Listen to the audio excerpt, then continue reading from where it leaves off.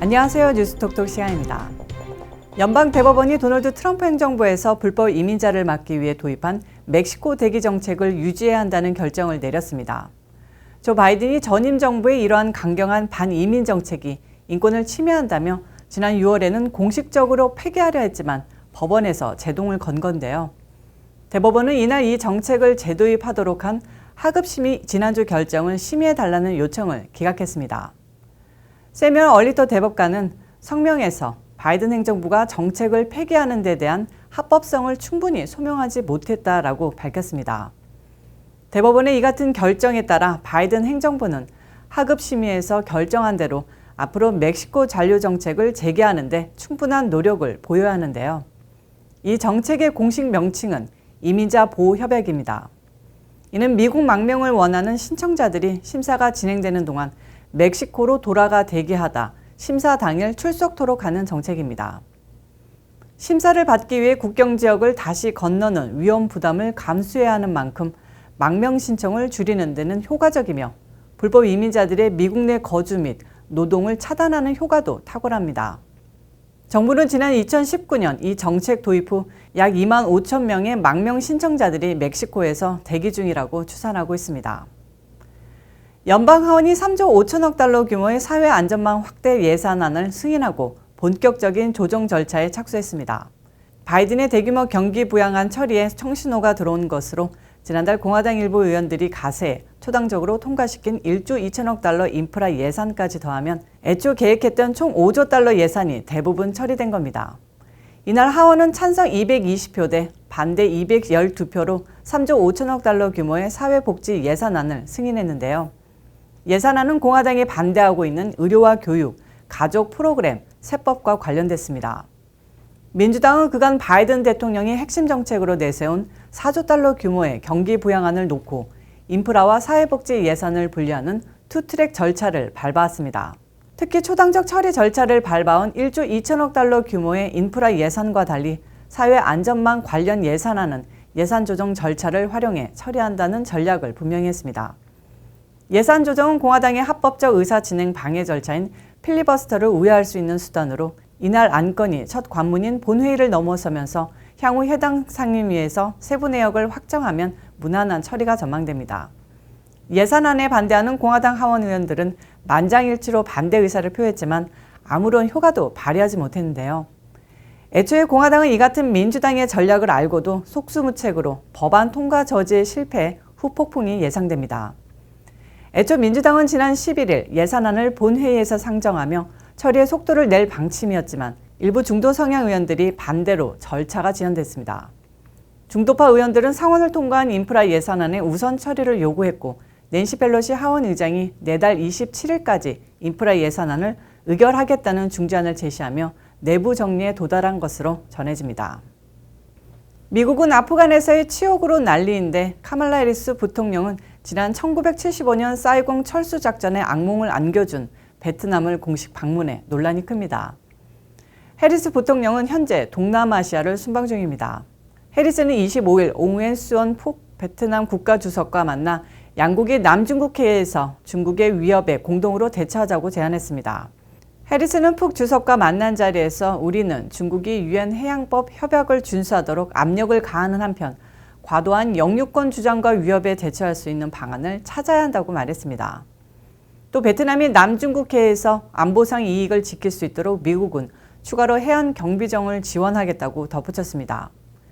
현재 포괄적 파트너십인 양국의 외교 상태를 격상해 전략적 파트너십으로 확대하자는 제안도 했습니다. 이와 함께 질병통제예방센터 CDC는 아시아 사무소를 개설하겠다면서 지역 내 국가들과 글로벌 보건위기 대응을 위한 연구와 교육에 협력하겠다고 말했습니다.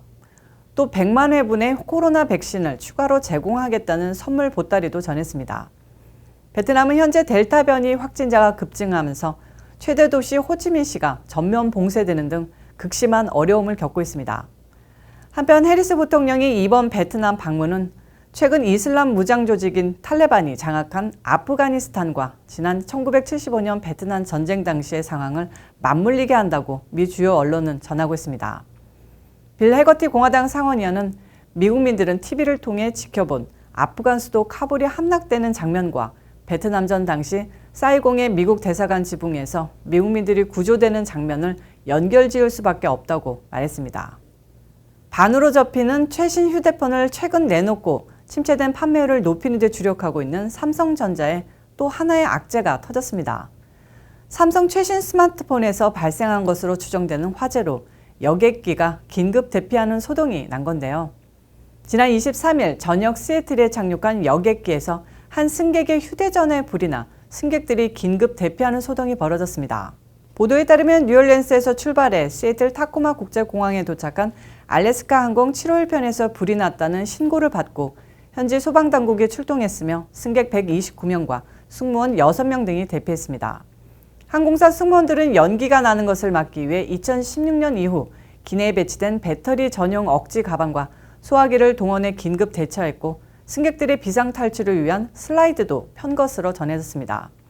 다행히 승객들은 모두 버스로 터미널까지 안전하게 이송됐습니다.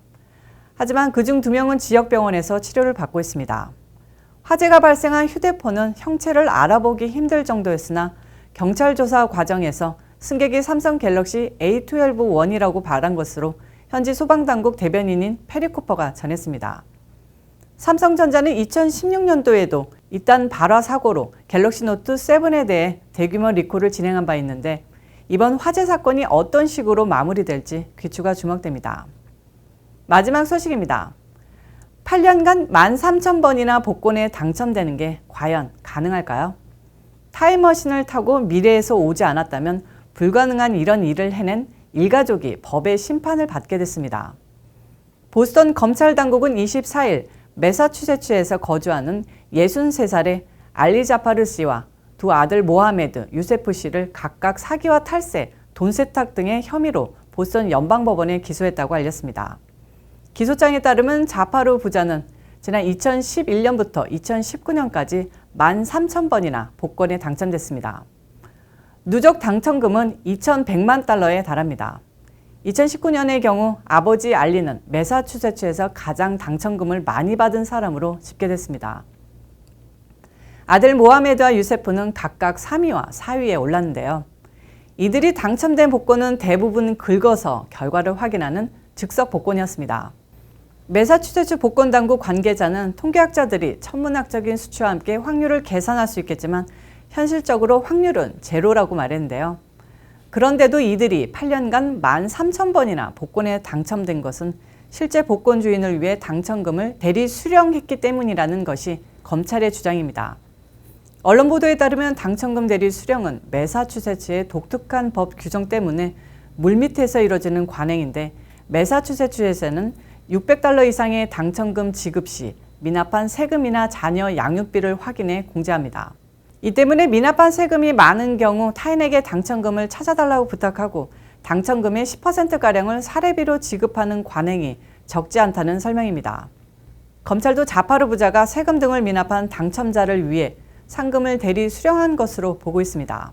8년에 10,000번이 아니라 딱 한 번이라도 복권에 당첨되면 요즘 같은 팍팍한 세상살이에서 벗어날 수도 있지 않겠나 하는 상상을 해보면서 오늘 순서 마치겠습니다. 시청해주셔서 감사합니다.